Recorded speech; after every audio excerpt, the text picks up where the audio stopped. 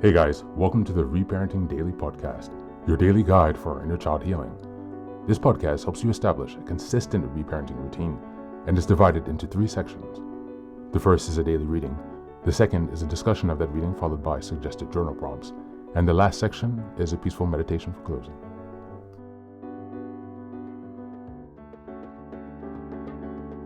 Good morning, good afternoon, and good evening from whenever and wherever you're joining us.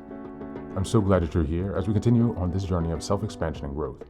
If this is your first time, welcome. Now, before we dive in, I have a few quick reminders. Please like, share, and subscribe to this podcast on Apple Podcasts, Spotify, and YouTube.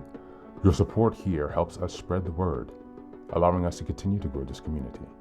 Next, I'd like to introduce our Patreon group, where we have 3 weekly meetings. On Sundays, we have a meditation meeting. On Tuesdays, we have book club meeting. And on Thursdays, we have open topic discussions. These meetings take place at 6 p.m. CEST, so Amsterdam, Paris time. For my next announcement, I'd also like to introduce the Reparenting Daily journal, which you can find on Amazon. This journal follows along with the podcast, so each weekly and monthly themes are reflected in the journal. It provides space for you to keep your notes with plenty of extra resources on each topic to be discussed. It's an excellent tool, and if you purchase it, you can join our weekly meetings for free. Just send me an email and we'll get you linked in. For the last announcement, I'd like to introduce one of my most meaningful creative projects, a 3-volume series entitled Fairy Tales for Reparenting. Now, you might be wondering, why fairy tales? Aren't those just for kids? But through my personal healing journey and in studying the work of Carl Jung, Marie-Louise von Franz, and other spiritual and psychological traditions, I've come to see fairy tales as powerful symbolic maps for transformation. They carry deep, timeless wisdom, especially for those of us doing the hard work of reparenting ourselves. The series follows the structure of the hero's journey. Volume 1 explores the wounded child, stories of loss, betrayal, and innocence.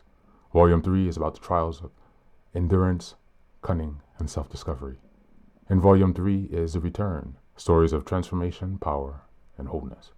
Each story is followed by journal prompts and space to reflect on how each story connects to your own inner healing journey.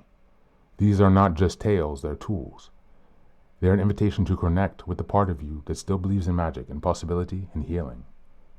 You'll find both familiar classic and lesser-known stories from cultures around the world, offering you fresh insights and inspiration on your path. All 3 volumes are now available on Amazon. Your support means so much to me, not just for this project, but for the larger mission of helping myself and others reconnect inwardly. Reparenting is like nurturing a bonsai tree. It's not fast, it's not flashy, but with care, patience, and consistency, it will transform you.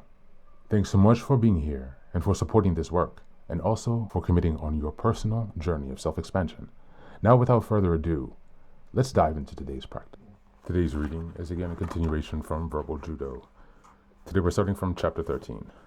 Just as a reminder, we're in July, and the theme for this month is establishing boundaries and assertiveness. We're in week 3, and the theme for this week is communicating assertively.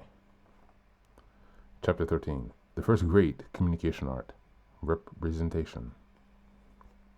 Your presence and your words, when skillfully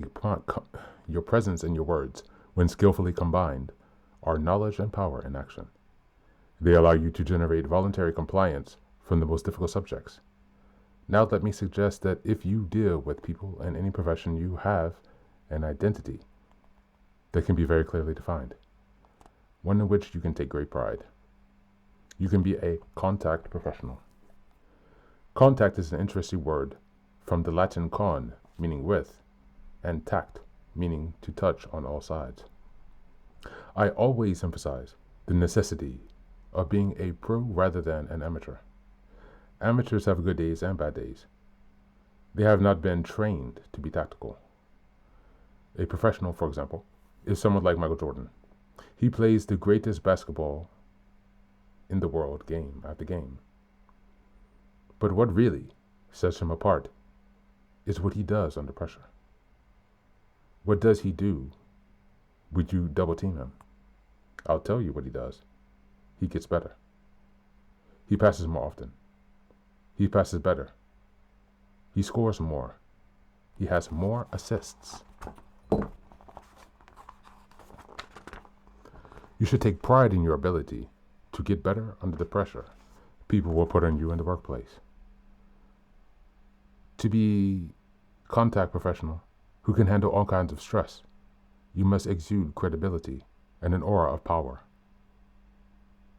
In all the fancy courses I took and all the degrees I earned, I never had a course on how to handle my own weakness in interpersonal relationships.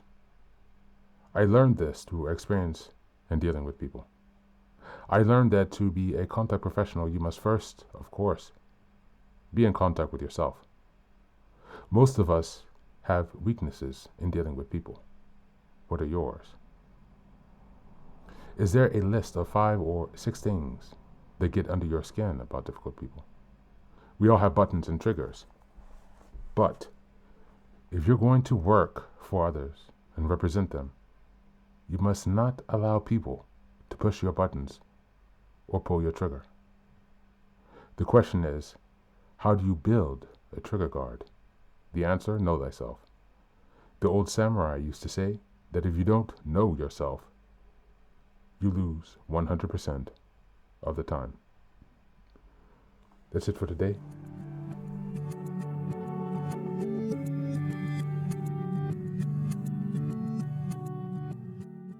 Welcome back. Assertive communication is not just about words. It's about presence, self-awareness, and emotional regulation under pressure. In Verbal Judo, the authors highlight how power does not come from domination, but from representation. Presenting yourself as grounded, calm, and credible, even in conflict. This is especially true when dealing with difficult people. Those who challenge your authority, push your buttons, or try to control the emotional tone of the conversation. This connects deeply with reparenting, as many adult children of dysfunction learned that staying quiet or exploding were the only 2 options. But this reading reminds us of a third way, to become contact professional, calm, clear, assertive communicators who know our triggers and don't give others the remote control to our nervous system.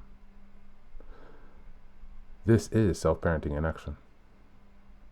Choosing to pause, reflect, and respond rather than react.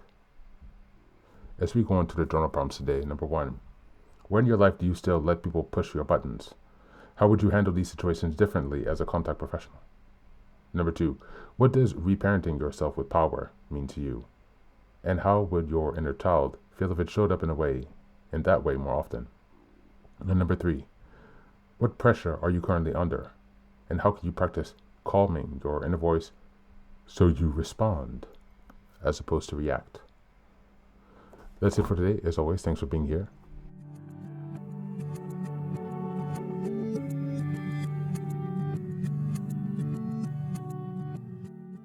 Welcome back.